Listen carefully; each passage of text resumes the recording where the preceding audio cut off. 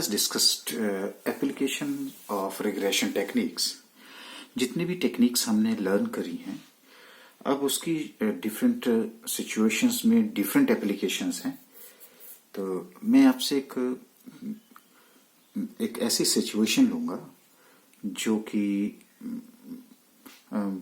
सबने जो है ऑब्जर्व की है, सब जो है वो इस सिचुएशन को जानते हैं और उसमें हम रिग्रेशन कैसे लगा सकते हैं. And that is to be known here as the application of regression technique in the real situation. देखिए, मैं पहले इस क्वेश्चन को आपको समझाता हूं कि है क्या चीज है ये. आपने हमेशा देखा होगा कि जब भी कोई कंपटीशन होता है तो उस कंपटीशन में एक जजेस का पैनल होता है. कई बार वहां पे 2 जजेस होते हैं, कई बार 3 जजेस होते हैं.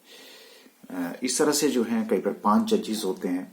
कोई भी कंटेस्ट ले लीजिएगा, चाहे आपका डेक्लामेशन है, चाहे आपका फोक डांस का है, चाहे आपका मिस्टर इंडिया का है, मिस वर्ल्ड का है, मिस इंडिया का है, मिस यूनिवर्स का है. तो वहां पे डिफरेंट जजेस का एक पैनल बैठता है और फिर वो अपना डिसीजन देता है. लेकिन डिसीजन देने से पहले उनको कुछ एक मार्क्स देने पड़ते हैं. और आपने टीवी के ऊपर भी बहुत सारे शोज देखे होंगे और देख रहे होंगे जहां पर आपने देखा कि जजेस जो हैं वो मार्क्स देते हैं डिफरेंट कंटेस्टेंट्स को और फिर उसके बेस के ऊपर जो है डिसीजन किया जाता है कि कौन जो है वो फर्स्ट आएगा, सेकंड आएगा, थर्ड आएगा. आपने स्कूल लेवल पे भी ये नोटिस किया होगा, आप कॉलेज लेवल पे भी नोटिस किया होगा. इस तरह से टीवी शोज में भी आपने, मतलब जहां भी कंपटीशन होता है वहां पे कंपटीशन को जज करने के लिए हमारे पास जजेस होते हैं. तो यहाँ पे भी क्या हुआ कि मान लीजिए कि एक कॉलेज में जो था वो डिबेट कंपटीशन हुआ और डिबेट कंपटीशन में वहां पे 2 जजेस का पैनल था. उसमें 8 डिबेटर थे, यानी कि 8 डिबेट करने वाले थे. लेकिन उसमें सिचुएशन ये हुई कि जब 7 डिबेटर ने डिबेट कर ली तो वहां पे दोनों जज बैठे थे. लेकिन जब वो 8th कंटेस्टेंट जो है या 8th डिबेटर जो है वो जब स्टेज पे आया तो उसमें हुआ क्या कि एक जज जो था वो उठ करके चला गया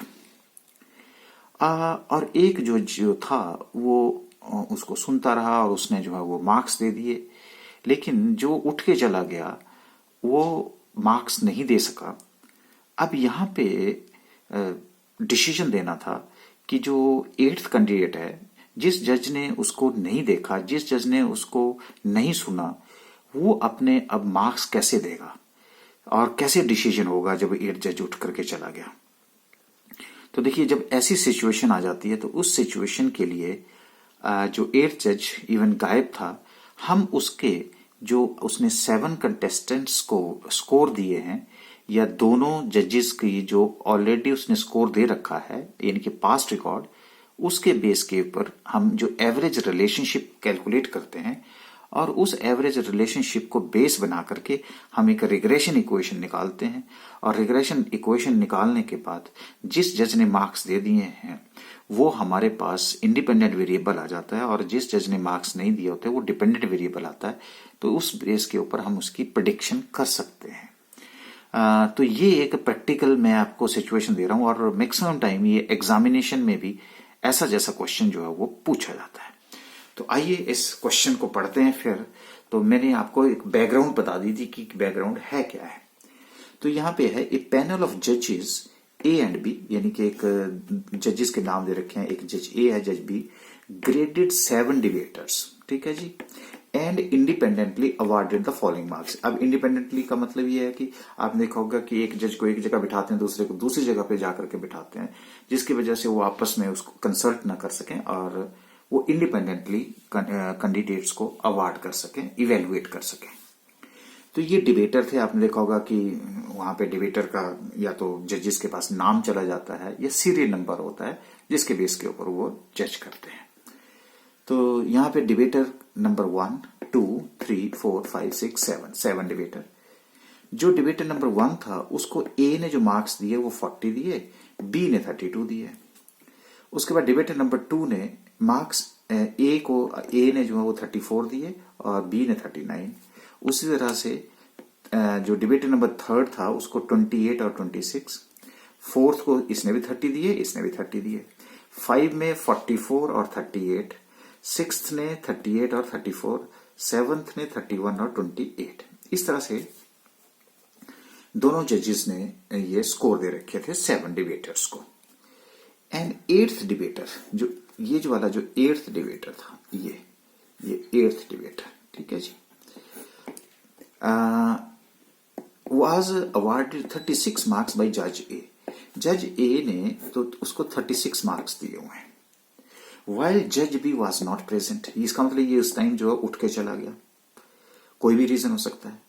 अब वो बोल रहा है इफ जज बी वर आल्सो प्रेजेंट, अगर जज बी उस टाइम प्रेजेंट होता, how many marks would you expect him to award to the 8th debater.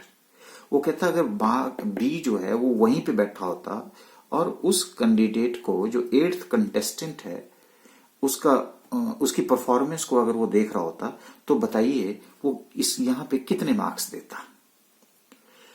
Assuming that the same degree of relationship exists in their judgment, जो ये पीछे judgement दी गई है उन्होंने 7 डिबेटर्स को, कहता कि इन दोनों के बीच का जो रिलेशनशिप है वो एज इट इज है, सेम है, उसी के बेस के ऊपर आप बताइए कि ये जो जज बी है वो इसको कितने मार्क्स देता अगर वो वहां पे बैठा होता। ये प्रेडिक्शन करनी है। तो देखिए अब बताओ यहां पे आपको इस सिचुएशन में कहीं पूछा है आपको कि रिग्रेशन लगाइए, तो पहले तो स्टूडेंट ये कंफ्यूज हो जाता है कि अच्छा ये कोरिलेशन का क्वेश्चन है, रिग्रेशन का क्वेश्चन है, कौन सा क्वेश्चन है। तो अब आपके तो कंसेप्ट बिल्कुल क्लियर है, और जब क्लियर है तो आपको पता चल रहा है कि यहाँ प्रेडिक्शन है, और प्रेडिक्शन करने के लिए जो है हमें रिग्रेशन लगाना पड़ता है। ठीक है जी, तो चलिए जी अब इसको सॉल्व करते हैं। तो let marks by A B denoted by X, इसको हम x मान लेंगे और इसको हम y मान लेंगे। तो वही लिखा हमने, let marks by A B denoted by x and marks by B by y। Okay, the marks expected to be awarded by the जज b can be determined by fitting regression equation of. देखो जी हमने आपको simplify किया था, given क्या है x, predict क्या करना है y, इसलिए कौन सी इक्वेशन लगेगी सर y ऑन x, कौन सी इक्वेशन लगेगी y ऑन x। बहुत अच्छी बात है। आइए अब आपके पास बहुत सारे सिचुएशंस हैं, आप एक्चुअल मीन से करिए, आप अज्यूम्ड मीन से करिए। तो आइए अब हम इसको अज्यूम्ड मीन से जो है वो कैलकुलेट करने की कोशिश करते हैं। So let assumed mean of x, इसको हमने 35 मान लिया और y को हमने 30 मान लिया, राइट। ओके, तो हमारे पास आ गया computation table for finding out regression equations. तो मार्क्स बाय ए जिसको हमने क्या बोला x, वही वैल्यूज हमने लिख दी। ये जो वैल्यूज हैं 40, 34, 28, 30, 44, 38, 31, ये लो 40, 34, 28, 30, 44, 38 एंड 31। उस तरह से y की वैल्यूज लिख दी मैंने 32, ये लो 32, 39, 26, 30, 38, 34 एंड 28। लो जी ये भी हमने यहां पे लिख दिया। मुझे कौन सा मॉडल चाहिए सर, y ऑन x का मॉडल चाहिए। ओके, तो अब अगर मैं कॉफिशिएंट से कैलकुलेट करता हूं और अज्यूम्ड मीन ले रखा हूं, तो मैंने अज्यूम्ड मीन कितना लिखा 35, तो x माइनस a जिसको अज्यूम्ड मीन बोलते हैं x minus 35 is equal to dx, deviation of the x। तो क्या हुआ जी 40 minus 35 is equal to plus 34 minus 35 is equal to -1, then 28 minus 35 is equal to -7, right. उसके बाद 30 minus 35 is equal to -5, 44 minus 35 plus 9, 38 minus 35 plus 3 और 31 minus 35 is equal to -4।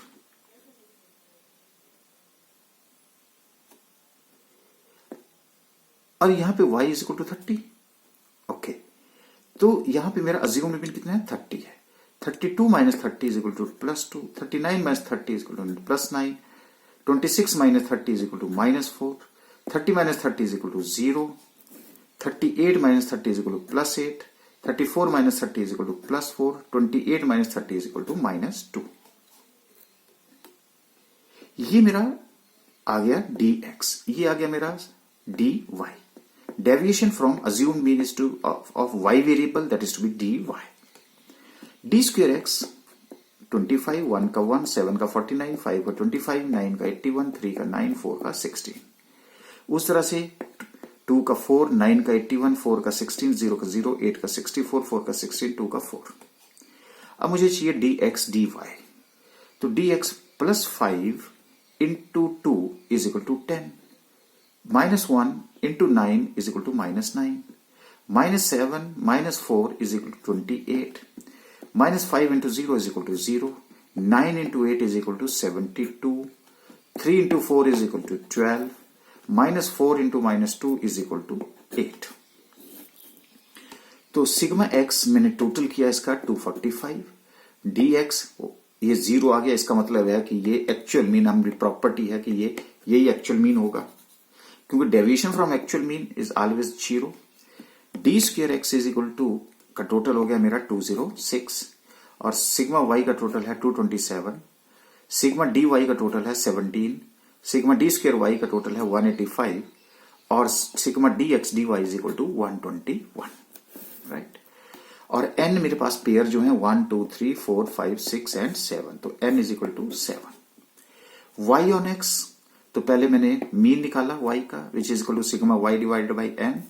तो ये है मेरा 227 divided by 7 is equal to 32.43. x mean is equal to sigma x divided by n which is equal to 245 divided by 7 which is equal to 35. मुझे कौन सी equation चाहिए जी? y on x. y on x चाहिए तो y minus mean is equal to r standard deviation y divided by standard deviation x, जो पीछे है वो नीचे है, इनटू x माइनस मीन. ठीक है जी. अच्छा, अब जब मेरे पास ये इक्वेशन आ जाती है तो मुझे चाहिए r standard deviation y divided by standard deviation x.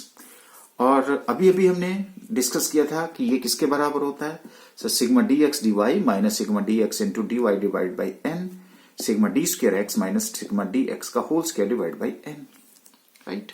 अच्छा, अब हम क्या करेंगे? वैल्यूज पुट करेंगे. ठीक है जी, वैल्यूज पुट कर लेते हैं. Sigma D x D Y कितना है? 120. Sigma D x D Y जो है हमारा कितना है? 121. सिग्मा डी एक्स किसके बराबर है? 0. सिग्मा डी वाई किसके बराबर है? 17 के. एन कितना है? 7 है. उसके बाद मेरा सिग्मा डी स्क्वायर एक्स जो है वो है 206. ठीक है. माइनस सिग्मा डी एक्स का होल स्क्वायर कितना है? 0 का स्क्वायर डिवाइड बाई 7. तो ये तो 0 हो गया, ये भी हमारा 0 हो गया. तो रह गया मेरा 121 divide by 206 which is equal to plus 0.587. मेरी इक्वेशन क्या थी? y minus mean. तो y माइनस मीन, तो ये देखिए जी, मीन हमने कैलकुलेट करके रखा है 32.43. So y minus 32.43 is equal to 0.587. ये लो जी, 0.587 into X minus 35. Right. Okay, तो मेरी इक्वेशन आ गई जी. ओके, अब सॉल्व करते हैं. y minus 32.43 is equal to 0.587 x minus 35 से मैंने इससे मल्टीप्लाई किया तो मेरा ये 20.545 आ रहा है. तो y इज इक्वल टू, अब 32 माइनस 43 से इसको माइनस किया तो मेरे पास रह गया 11.855. अब जब मैंने इक्वल टू इधर को ले आऊंगा तो ये प्लस का हो जाएगा, प्लस 0.587x. अच्छा, अब आपसे क्या पूछा गया है? देखिए,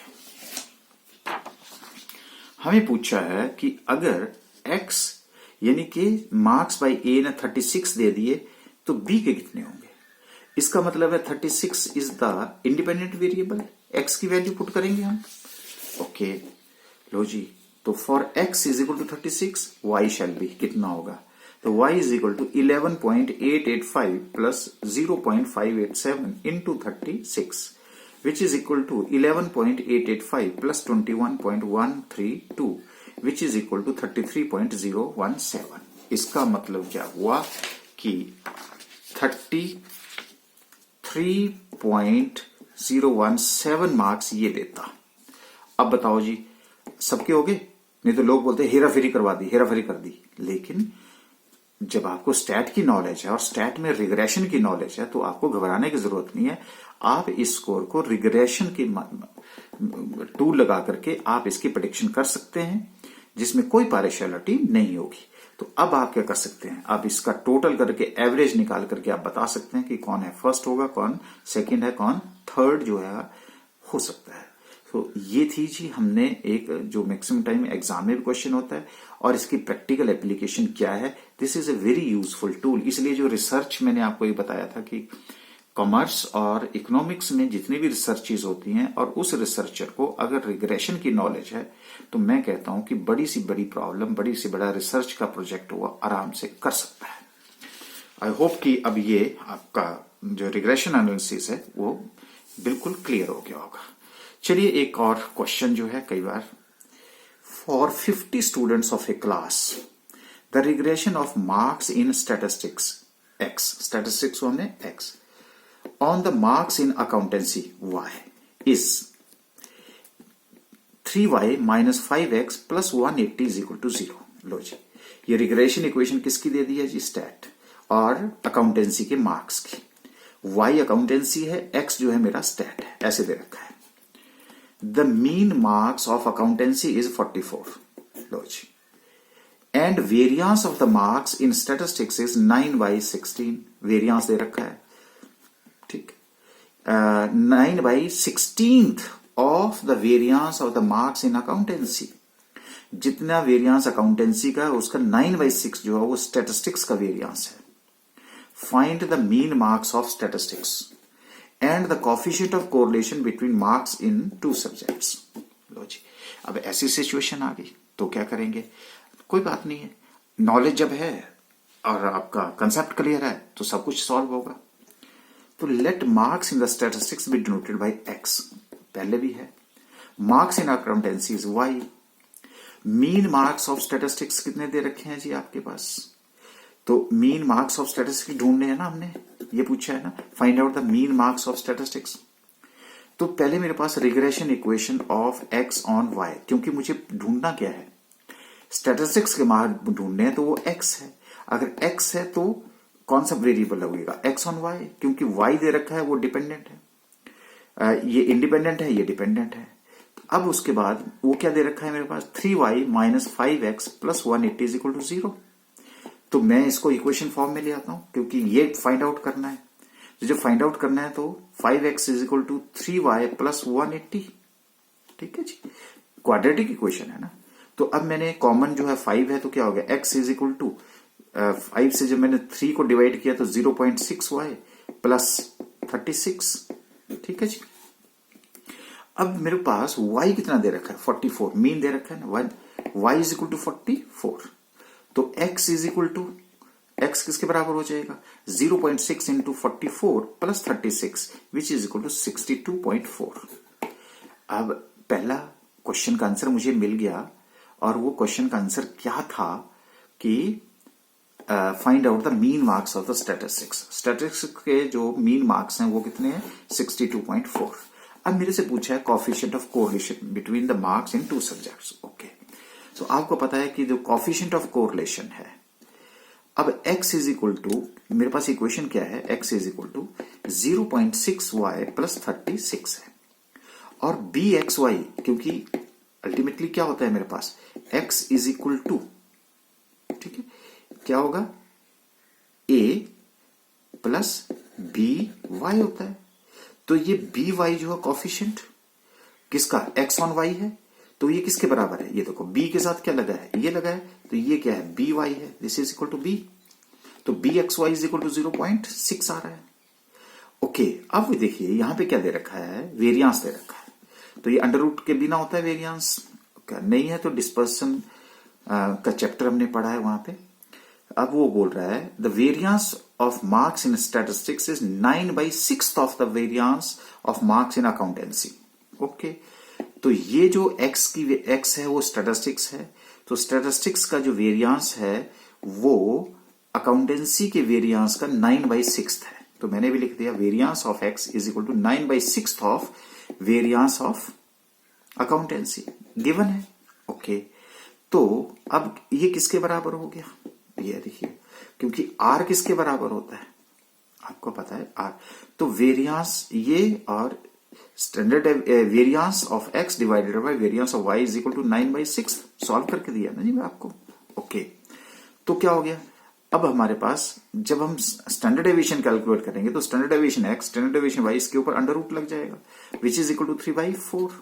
तो B X Y is equal to R standard deviation X standard deviation Y, तो ये किसके बराबर है, बी एक्स वाई किसके बराबर है 0.6, और आर मेरे पास नहीं है, लेकिन standard deviation X standard deviation Y किसके बराबर है 3/4 है, ये लो जी 3/4, तो आर किसके बराबर होगा, cross multiplication 0.6 into 4/3 which is equal to 2.4 divided by 3 which is equal to 0.8 8, इसका मतलब है coefficient of correlation r square is r is equal to 0.8। तो ये था कि कई बार आपके पास सिचुएशन ऐसी है कि अब मुझे कौन सा मेथड लगाना है और कैसे मुझे कैलकुलेट करना है, इसके लिए मैंने आपको तैयार किया कि कई बार आपको ऐसा जैसा क्वेश्चन भी आ सकता है। क्लियर होगी जी बात यहाँ पे।